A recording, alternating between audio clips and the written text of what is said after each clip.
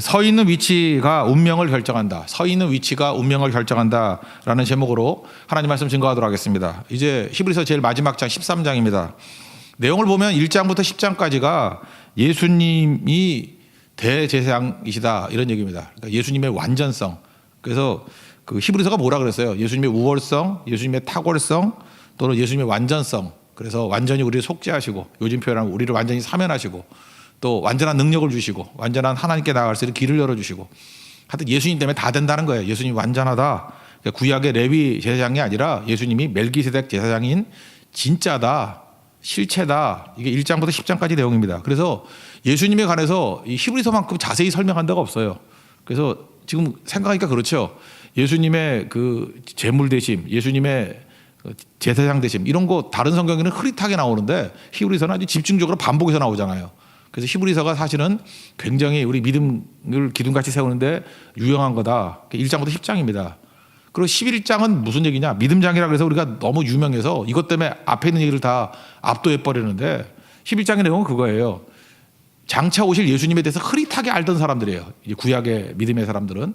근데 흐릿하게 알고도 이렇게 믿음 생활 잘하지 않았느냐? 너희들은 선명하게 예수님 보지 않았냐? 부활의 예수님 만난 사람들 아니냐? 얼마나 잘 믿어야 되겠니? 그런 격려라고요, 격려. 그래서 12장의 내용이 뭐예요? 믿음의 조상들 얘기를 하면서 너희들은 이제 그분들은 우리를 이제 응원해 주는 분들이고 이제 우리는 구경꾼이 아니라 우리가 선수다. 12장 얘기는 뭐예요? 11장에 흐릿하게 안 사람들은 이렇게 뛰었으니 12장은 너희들 얼마나 잘 뛰어야 되겠니? 라고 하는 격려라는 것입니다. 응원이라는 거예요. 13장의 내용은 뭐예요? 저 같으면 이렇게 끝날 것 같아요. 그러니까 믿음 굳세게 붙잡아 이러고 끝날 것 같은데 13장의 내용은 톤이 좀 달라져요. 생명이 뭐라 그랬죠? 생명은 하나됨이고 죽음을 뭐라 그랬습니까? 분리라 그랬죠. 영과 육이 분리되는 게 그게 죽음이잖아요. 우리 육체적 죽음. 그러니까 살아있다라는 건 뭐냐 하면은 믿음과 행함이 붙어 있는 거예요. 그게 생명이죠. 행함이라는 말을 야고보에서 뭐라 그랬어요? 행함 그러니까 이게 대척에 있는 것 같이 보이는데 그게 아니고 순종이라고. 순종. 믿음에 순종하게 돼 있잖아요. 동전의 양면이라고. 그래서 믿음을 강조하면서 그 믿음이 씨라 그러면은 행함은 이 순종은 토양과 같다. 그래서 씨를 땅에 심어야 비로소 열매를 거둘 수 있는 거다. 그래서 믿음을 예수님에 대한 믿음을 쭉 강조하다가 마지막에는 믿었으니까 이제 뭘 해야 돼요? 행함, 순종해야 된다고. 그래야 믿음의 열매를 거두게 된다. 그러면 우리가 어떻게 순종할 것인가 하는 것이 13장에 세 파트로 나와요. 1절부터 8절까지의 내용은 사랑이에요. 그러니까 바른 사랑을 해야 된다. 한마디로 해서 형제 사랑이죠. 형제 사랑이라는 말에서 필라델피아, 뭐 미국의 도시도 있죠. 필라델피아 형제 사랑이거든요. 형제 사랑. 그러니까 바른 사랑은 형제 사랑이고 바른 위치는 뭐냐? 우리는 높은 데 가려고 그러지 말고 예수님이 영문 밖에 나가셨듯이 우리도 고난받고 희생하고 섬기는 그 영문 밖에 있는 나 자신을 발견해야 바른 위치에 서 있는 것이고 그 자리가 열매 맺는 자리다. 그리고 세 번째는 우리가 바른 공급이거든요. 어떻게 이런 능력을 공급받을 수 있느냐. 은혜라는 거예요. 은혜. 마지막 은혜가 너에게 있을지어다 그러잖아요. 그러니까 grace be with you all 이렇게 나와요. 모든 사람에게 은혜가 있을지다. 은혜라는 방법이야. 하나님의 축복의 방법으로 우리가 공급을 받는 거지 내 힘과 능력으로 되는 게 아니다라고 하면서 믿음의 열매 거두는 세 가지 방식을 이렇게 1절부터 8절까지 8절부터 17절까지인가요? 거기 나오고 18절부터 마지막 25절까지 세 파트로 나와 있다는 것입니다. 열매 거두는 믿음의 종되기를 축원합니다. 차례대로 살피겠습니다. 먼저 믿음의 열매를 맺는 첫 번째는 뭐냐? 바른 사랑. 1절부터 8절까지 나오는데 형제 사랑이다. 필라델피아 이런 얘기를 하고 있습니다. 사랑 없이는 열매 없다 그런 거죠. 열매 없는 이유가 뭐냐? 바른 사랑하지 않았기 때문에 그렇다. 사랑이 뭡니까? 뭐 고린도서 13장 얘기할 것도 없지만 주는 거예요. 오늘 얘기가 그거예요. 주는 거라고. 그러니까 사랑의 반대가 뭐냐면 나 중심이거든요. 그러니까 NIBC 똑같아요. Not I but Christ. 나를 중심으로 하면은 절대 사랑 못한다는 것입니다. 우리에게는 권력욕이라는 게 있죠. 권력을 왜 가지려고 그럴까요? 내가 주인공이 되고자 싶어하는 마음 아니에요? 내가 주인공이 되고 싶어하는 마음. 남들과 비교해서 이렇게 억누르고 싶은 마음. 내가 남들보다 더 잘나게 대우받고 싶은 마음. 그런 게 인간에게 있잖아요. 그래서 힘을 추구하지 않습니까? 그거 사랑 아니라는 거예요. 근데 진짜 사랑하면 어떤 일이 벌어지죠? 내 이름이 없어도 괜찮아요. 우리 되게 뭐 자녀들 사랑할 때 그러지 않나? 부모가 뭐 내가 했다 이렇게 내세우지 않잖아요. 그 진짜 사랑하면은 그가 잘 되는 걸 원하는 거지 내가 잘 되는 걸 원하는 게 아니잖아요. 그래서 사랑은 주는 거다. 사랑은 희생하는 거다. 사랑은 섬기는 거다. 그래서 잘하는 사람이 형제예요. 형제를 사랑하고. 그다음에 잘 모르는 사람이 손님이거든요. 손님을 잘 대접해라. 그래서 창세기 18장에 나오는 아브라함이 잘 모르고 손님 잘 대접했을 때 하나님 영접하지 않았느냐. 그죠? 그리고 가장 좋은 거 얻었죠. 우리가 이게 모르는 사람을 잘 대접해주면 이게 환대의 영이 있으면요. 내게 꼭 필요한 거를 주고 가요. 그때 창세기 18장에서 아브라함에게 제일 필요했던 게 뭐예요? 아들이죠. 내년 이맘때 아들을 얻게 될 것이다. 그러니까 환대하는 인생을 살다 보면요. 하나님이 사람들을 통해 가지고 우리의 가장 필요한 문제를 풀어주신다. 이게 되게 중요한 거예요. 근데 여기 손님이라는 거는 요 안에서는 구체적으로 보면은 순회 전도자를 얘기하는 것 같아요. 당시에는 핍박이 많아가지고 여기저기 돌아다니면서 말씀을 증거하는 선교사님들이 계셨습니다. 순회 선교사들이 계셨는데 그들은 감옥에 갇히기도 하고 굶기도 하고 맨맞기도 하고 굉장히 위험 가운데 놓여 있었다고요. 근데 이들을 대접하면은 같이 위험에 빠지는 거예요. 그렇지 않겠어요? 우리가 뭐 용의자에게 보호해주고 하면은 같이 어려움 당할 수 있잖아요. 근데 그거 두려워하지 말고 그런 분들을 잘 대접하라. 아마 그런 의미가 있었을 것 같아요. 그래서 보면은 너희도 갇힌 자 의식을 갖고 갇힌 자를 도와주고 학대당하는 자를 박해받는 자 같은 위치에서 그들을 도와주라. 그게 형제 사랑이다. 이렇게 얘기하고 있습니다. 뭐 읽어보죠. 1절부터 3절까지 읽겠습니다. 시작. 형제 사랑하기를 계속하고 손님 대접하기를 잊지 말라. 이로써 부지 중에 천사들을 대접한 이들이 있었느니라. 너희도 함께 갇힌 것 같이 갇힌 자를 생각하고 너희도 몸을 가졌은즉 학대받는 자를 생각하라. 그러니까 항상 어려움 당한 사람과 함께 사랑을 나누고 주고 희생할 줄 아는 모습이 있어야 된다는 것입니다. 그러니까 하나님께서 우리에게 힘과 능력을 주면 그거 어디 써야 되겠어요? 전부 다 관계 개선하는데 쓸 줄 알아야 된다. 그리고 참된 사랑을 이제 결혼에 관한 얘기를 하죠. 이것도 결혼 이것도 마찬가지예요. 나를 중심으로 보면 다 가짜가 되는 거죠. 쾌락 위주로 살지 말고 감정 위주로 살지 말라 그런 거죠. 우리 12장에서도 쓴뿌리가 뭐였습니까? 당장의 욕구를 채우고자 하는 마음. 당장의 내 욕구를 내 욕구죠. 내 욕구를 채우고자 하는 마음. 그래서 12장의 16절에 그러잖아요. 음행하는 거. 당장의 욕구를 채우려고 하는 마음. 나 중심이잖아요. 그리고 한 그릇 음식을 위해 장자의 명분을 판 에서의 망령된 행동. 그 식욕이잖아요. 당장의 욕구를 채우고자 하는 마음. 이렇게 살면은 이거 다 깨져버린다는 거죠. 그러므로 내가 죽어야 된다는 거예요. 그리고 진정한 사랑, 그것이 결혼의 기초가 돼야 된다. 그런 얘기입니다. 4절을 다 가지겠습니다. 시작. 모든 사람은 결혼을 귀히 여기고 침소를 더럽히지 않게 하라. 음행하는 자들과 간음하는 자들은 하나님이 심판하시리라. 그러니까 자기 자신의 쾌락으로 살지 말고 나 중심으로 살아서는 안 되고 상대를 배려하는 마음으로 사는 게 진짜 사랑이다. 뭐 같은 맥락입니다. 특별히 우리 그 다른 죄들도 다 똑같은 죄지만 이 음행은 좀 특별하게 다루는 이유가 있다 그러죠. 고린도전서 6장 18절 보면은 음행을 피하라 그랬어요. 이유가 뭐냐? 다른 모든 죄는 몸 밖에서 짓는 거지만 음행은 몸 안에서 짓는 거 아니냐. 우리 몸이 하나님이 성전인데 그래서 특별히 음행을 특별하게 좀 다루고 있어요. 그죠? 음행은 이게 몸 안에서 짓는 죄다. 그러니까 이게 좀 더 특별한 거다. 이거 회복에도 좀 힘든 거야. 이렇게 설명을 하고 있고요. 또 하나는 영적 전염병하고 똑같은 거죠. 다른 죄야 뭐 혼자 짓는 게 많잖아요. 근데 이거는 상대가 같이 전염되는 거죠. 상대가 같이 범죄하는 거. 그래서 우리 전염병 그러면 좀 위험하잖아요. 다 전염되니까. 그러니까 이게 나만의 문제가 아니라 너의 문제가 될 수도 있다 그런 거죠. 예를 들어서 내가 뭐 심장이 안 좋다 그래봐야 심장 안 좋으면 지 혼자 안 좋은 거지. 네가 심장 안 좋을 때 내가 문제가 될 건 없잖아요. 그죠? 내가 뭐 이렇게 위장이 안 좋다 그러면 자기 위장이 안 좋은 거지 상대에게 문제가 없잖아요. 근데 음행의 문제는 다른 거다 그런 거죠. 전염되는 거다. 그래서 너만의 문제가 아니라 공동체의 문제가 될 수 있으니까 멀리하고 조심할 줄 알아라. 그래서 진정한 사랑이라는 것은 결혼이라는 울타리 안에 있어야 된다. 이렇게 설명하고 있습니다. 그 다음 얘기는 돈 사랑이에요. 이제 사랑 얘기 지금 하는 거예요. 진짜 사랑이 뭐냐? 하나님 사랑을 하지 않으니까 돈 사랑한다는 거예요. 왜냐? 하나님의 위치에 돈이 들어가 있기 때문에 그렇다라는 것입니다. 우리가 돈을 이렇게 좋아하는 이유가 뭐냐면 하나님을 그리 안 믿어서 그래요. 우리 마음속에 있는 게 그러잖아요. 뭐 믿을 건 돈밖에 없어. 하나님을 진짜 믿으면 돈 없어도 되는 것 같은데 우린 그게 안 돼요. 그래서 말로는 그러죠. 하나님도 계셔야 되고 돈도 있어야 돼. 둘 다 있어야지 든든해. 근데 하나님만 있으면 되는 거 아니에요? 하나님이 뭐 돈 안 주시겠나? 근데 우리는 그게 불안한 거죠. 그래서 그 토마스 머튼이라는 그 영성학자가 있는데 20세기 최대의 영성학자라 그러죠. 또 영성가들 싫어하는 사람도 있지만 저는 이 사람이 그걸 뭐 괜찮다고 생각을 해요. 이 토마스 머튼이 이런 얘기를 했어요. 현대는 돈이 성령의 역할을 빼앗았다. 그러니까 성령이 보혜사 성령 아니에요. 요한복음 14장부터 16장에 나오는 보혜사 성령의 역할을 돈이 하고 있다는 거예요. 돈이 내 옆에서 나를 돕고 있어.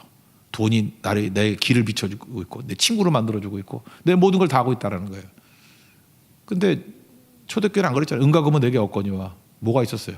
예수 그리스도 이름의 능력이 있었는데 지금은 성령이 하는 역할을 다 돈이 해버린다는 거예요.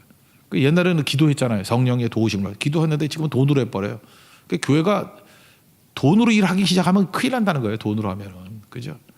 찬양할 때도 성령의 은혜를 충만히 받은 사람이 나와서 찬양하고 이러면 좀 못하면 어때요? 그러면 되는 건데 돈 주면은 또 노래 잘하는 사람들께 모을 수 있잖아. 그죠? 그래서 아주 화려하고 웅장한 코러스를 한다 할지라도 그건 뭐 100%는 아니겠지만 성령이 역사하지 않을 가능성이 크죠.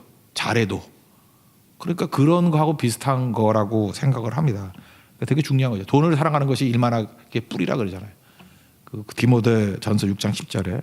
그러니까 성령이 하는 역할, 기도가 하는 역할 그것을 배제할 때 돈 사랑하게 된다는 거예요. 우리 종교 속의 특징이 뭐라 해서 본성, 두려움과 욕심이라 그러죠. 근데 돈은요 두 가지를 엎어치기 한 거하고 똑같아요. 돈 있으면 두려움이 사라지죠. 돈 있으면 욕심 채우잖아. 그래서 종교성의 극치가 뭐냐면 돈 사랑이에요.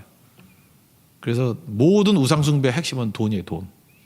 그래서 돈과 하나님이 사실은 우리 인생에서는 거의 같은 레벨에 있어요. 그래서 돈과 재물과 하나님을 겸하여 섬길 수 없다. 그걸 이제 만몬이라는 신으로 얘기했잖아요. 신의 신. 그러므로 진정으로 하나님을 사랑한다면 돈에 사랑 뺏기지 않는다. 돈으로 뭐 하는 거는 진짜 사랑 아니다. 그런 얘기죠. 핵심은 뭡니까? 우리 열매 거두기 위해서는 사랑에 있다. 바른 사랑해야 된다는 거예요. 형제 사랑, 그 다음에 가정에서의 사랑, 그 다음에 돈 사랑하는 것을 멀리하는 거. 이게 진짜 사랑이다. 그래서 1절부터 8절까지 그 말씀을 하고 있습니다. 5절부터 8절까지 한번 읽겠습니다. 시작. 돈을 사랑하지 말고 있는 바를 족한 줄로 알라. 그가 친히 말씀하시기를 내가 결코 너희를 버리지 아니하고 너희를 떠나지 아니하리라 하셨느니라. 그러므로 우리가 담대히 말하되 주는 나를 돕는 이시니 내가 무서워하지 아니하겠노라. 사람이 내게 어찌하리요 하노라. 하나님의 말씀을 너희에게 일러주고 너희를 인도하던 자들을 생각하며 그들의 행식의 결말을 주의하여 보고 그들의 믿음을 본받으라. 예수 그리스도는 어제나 오늘이나 영원토록 동일하시니라. 바른 사랑하는 성도 여러분 되기를 바랍니다. 두 번째로 믿음의 열매를 맺기 위해서는 바른 위치가 중요하다는 거예요. 내 위치가 어디냐? 높은 자리, 뭐 잘 나가는 자리, 남들이 선호하는 자리가 아니라 예수님의 자리인데 그게 어디냐면 영문 밖이었다는 거예요. 영문 밖. 그러니까 변두리에 있었고 소외지에 있었고 섬기는 자리에 있었다. 이 9절부터 17절까지 나옵니다. 먼저 앞부분에 나오는 게 뭐냐면 유대인들이 지금 유대교 출신의 크리스찬들이잖아요. 유대교로 돌아가려고 그러는데 야 너희들은 그 제사법 음식법에 매워가지고 맨날 무슨 음식 먹을까 뭐 얼마나 많아요. 그거 먹는 얘기들. 그런 것만 매워가지고 더 중요한 실체가 오신 예수님은 관심도 없고 맨날 뭘 먹니 안 먹니 이러고 있니. 우리도 그러죠. 큰 흐름은 놓쳐버리고 뭐 짜잘한 거 아무것도 아닌 것 같고 그러고 살지 말라는 거죠. 그러면서 쭉 설명을 해주는 거예요. 야 예수님이 어떻게 했는지 알아? 예수님이 제사장 보면 옛날에 피만 가지고 지성소에 들어갔죠. 예수님이 피 흘렸다. 그래서 피만 가지고 제사 들어간 거. 예수님의 몸은 어떻게 된 거예요? 영문 밖에서 그 십자가 달려 죽으셨잖아요. 근데 제사할 때도 마찬가지라고요. 거기서 번제를 드리고 뭐 이런 거 있잖아요. 내장이라든지 뭐 이렇게 배설물이라든지 이런 건 영문 밖에 나가서 태웠다고요. 그러니까 예수님이 속된 말하면 똥 취급 당했다는 거예요. 그죠? 밖에서 태우는 거. 번제단도 아니에요. 밖에 나가서 영문 밖에서 태우는 자리. 예수님도 그렇게 당하셨는데 너희들이 서 있어야 될 자리가 그렇게 좋은 자리, 앞서는 자리 그런 데 가면 되느냐. 예수님 같이 그죠? 이렇게 버림받는 자리, 지저분하고 태우는 자리였던 자리가 영문 밖에 오고 십자가라는 뜻이죠. 그러니까 내가 어디 서 있는지를 발견해야 돼. 예수 믿고 난 다음에 내가 자꾸 이렇게 중심에만 있다 그러면 그 위치는 열매 맺는 자리가 아니에요. 가짜고 예수님과 같이 십자가 지는 자리, 자기를 부인하는 자리, 섬기고 희생하는 자리에 있어야 진짜다 그런 얘기입니다. 그래서 우리가 내 스스로가 발견돼야 될 자리가 자꾸 이렇게 권세, 명예 찾는 자리에 있다 그러면 죄송한 얘기지만 가짜입니다. 근데 섬기고 내 이름도 없이 빛도 없이 그 감사하며 주님 섬기겠습니다. 그러면 진짜예요. 내 어디 서 있는지를 꼭 알아야 된다라는 것입니다. 9절부터 13절까지 한번 읽겠습니다. 시작. 여러 가지 다른 교훈에 끌리지 말라. 마음은 은혜로서 굳게 함이 아름답고 음식으로서 할 것이 아니니 음식으로 말미암아 행한 자는 유익을 얻지 못하느니라. 우리에게 제단이 있는데 장막에서 섬기는 자들은 그 제단에서 먹을 권한이 없나니 이는 죄를 위한 짐승의 피는 대제사장이 가지고 성소에 들어가고 그 육체는 영문 밖에서 불사름이라. 그러므로 예수도 자기 피로써 백성을 거룩하게 하려고 성문 밖에서 고난을 받으셨느니라. 그런즉 우리도 그의 치욕을 짊어지고 영문 밖으로 그에게 나아가자. 우리 거기 서 있자, 그런 얘기예요. 그러면서 여기 보면요, 특별히 17절 같은 거, 16절 17절 이제 보겠는데 거기 뭐 이런 거잖아요. 인도하는 자들에게 순종하고 복종하라, 뭐 이런 말은 이거 저도 평신도일 때도 되게 많이 하는데 목사님들이 이런 얘기를 많이 하고 그러는데 이건 이런 뜻하고 똑같은 거예요. 이 17절 같은 게 이제 곡해야 되는 건데 인도자들에게, 그러니까 뭐 목사나 목회자들에게 순종하고 복종하라. 이거는요, 사실 저도 목사지만 목사가 부끄럽게 성도에게 할 얘기가 아니에요. 이 메시지의 첫 번째 메시지는 뭐냐 하면은 목자 자기 스스로에게 해야 될 말이에요. 목회자에게 들어야 될 말이라고요. 너 지금 어디 자리에 서 있어야 되는지, 대접받는 자리에 서 있으면 안 돼, 그런 얘기라고요. 싹군의 자리에 서 있으면 안 되고 선한 목자의 자리는 양떼를 위해서 목숨을 버리는 자리야. 그래서 네가 지금 서 있는 자리가 험한 자리냐? 네가 서 있는 자리가 낮은 자리냐? 네가 서 있는 자리가 희생하는 자리냐? 네가 서 있는 자리가 영문 바뀌냐? 그러면 잘하고 있는 거야.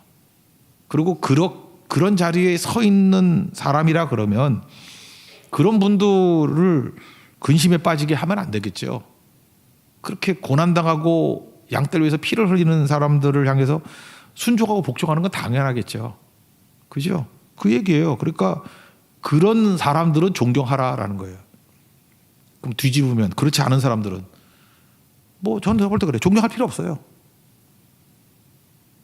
그러면 그런데도 불구하고 성도들은 너무 착해가지고 그런 쓰레기 같은 목사들도 존경을 하잖아요. 근데 그 존경이 아니죠. 그건 뭐라고 봐야 돼요? 불쌍히 여기는 거지. 여기 혹시 목회자들은 다 그렇게 들어야 돼요. 내가 거의 쓰레기 같은 인생을 사는데도 불구하고 나를 갖다 이렇게 잘해주는 거는 존경이 아니에요.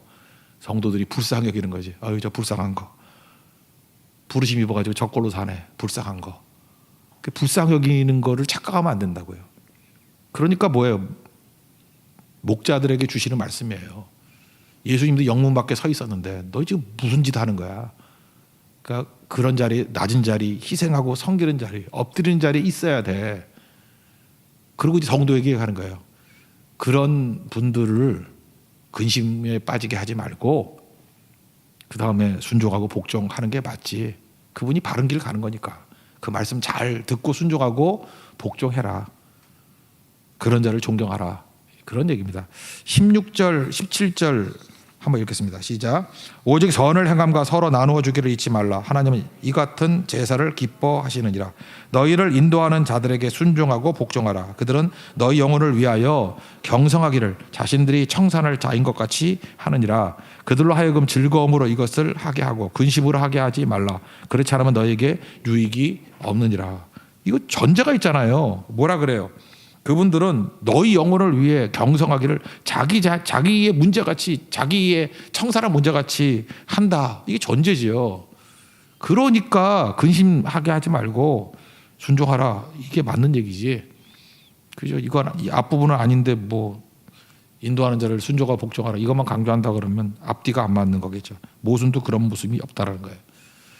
다시 원점으로 돌아오면 우리가 다 하나님 앞에서 우리 뭐 다 똑같은 제사장들 아닙니까? 다 똑같은 양떼들인데 우리가 서 있어야 될 자리가 뭐냐? 누구든지 마찬가지예요. 높은 데 올라가려고 그러고 대접받는 데 올라가려고 그러면 그 예수님 길이 아니라는 거예요.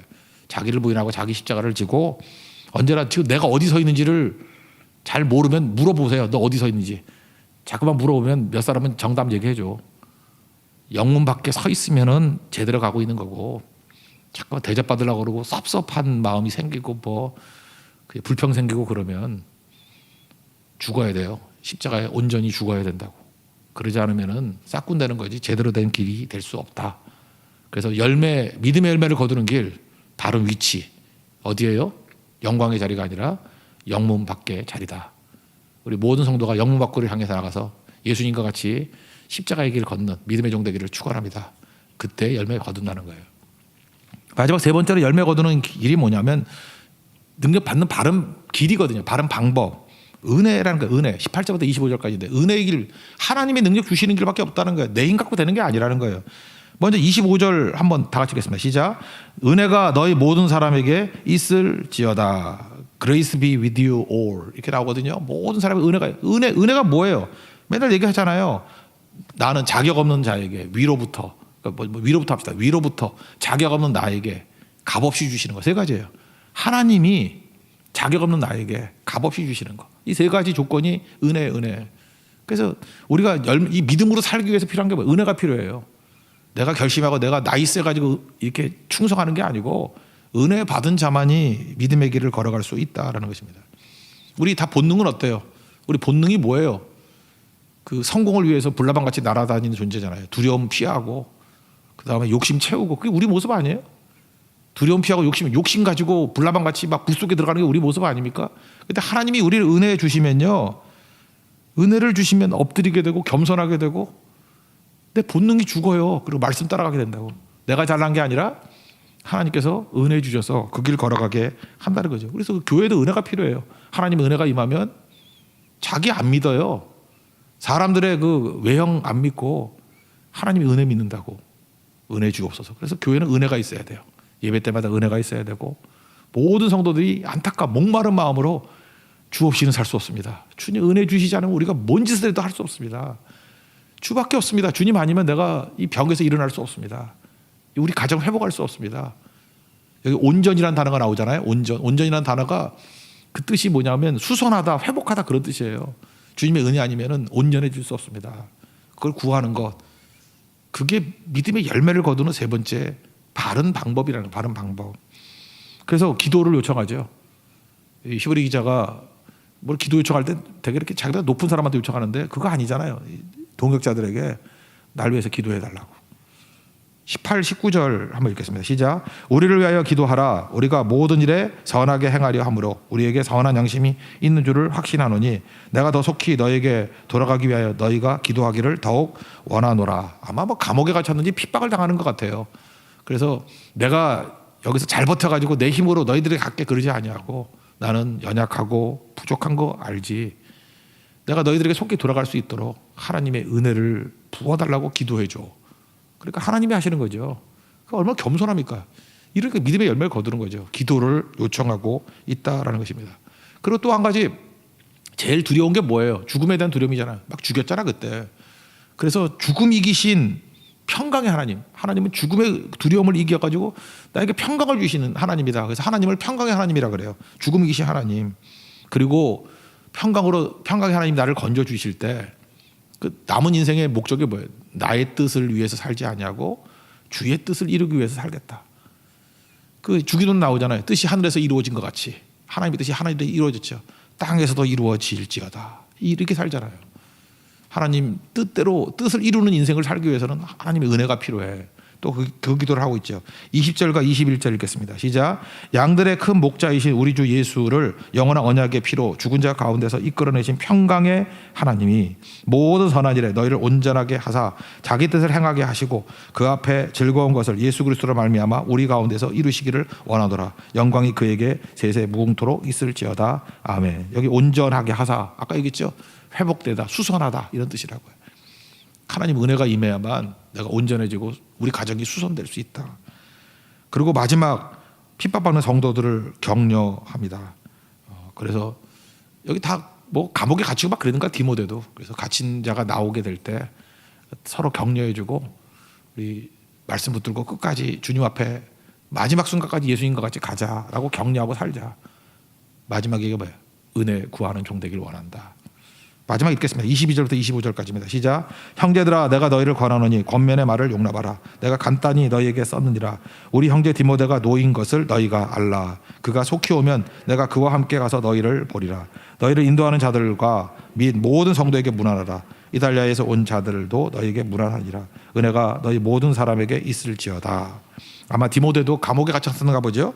갇혔다가 놓인 것을 너희가 알라. 이제 풀려나서 너희들이 갈 터인데 잘 격려해주고 우리 서로 세워가자. 그래서 믿음의 열매를 거두자는 거예요. 이게 다 뭐예요? 모든 내용들을 하나님이 은혜 가운데 이끌어 주신다. 그래서 사실은 히브리서 전체는 믿음입니다. 믿음. 예수 그리스도의 완전성에 대한 믿음.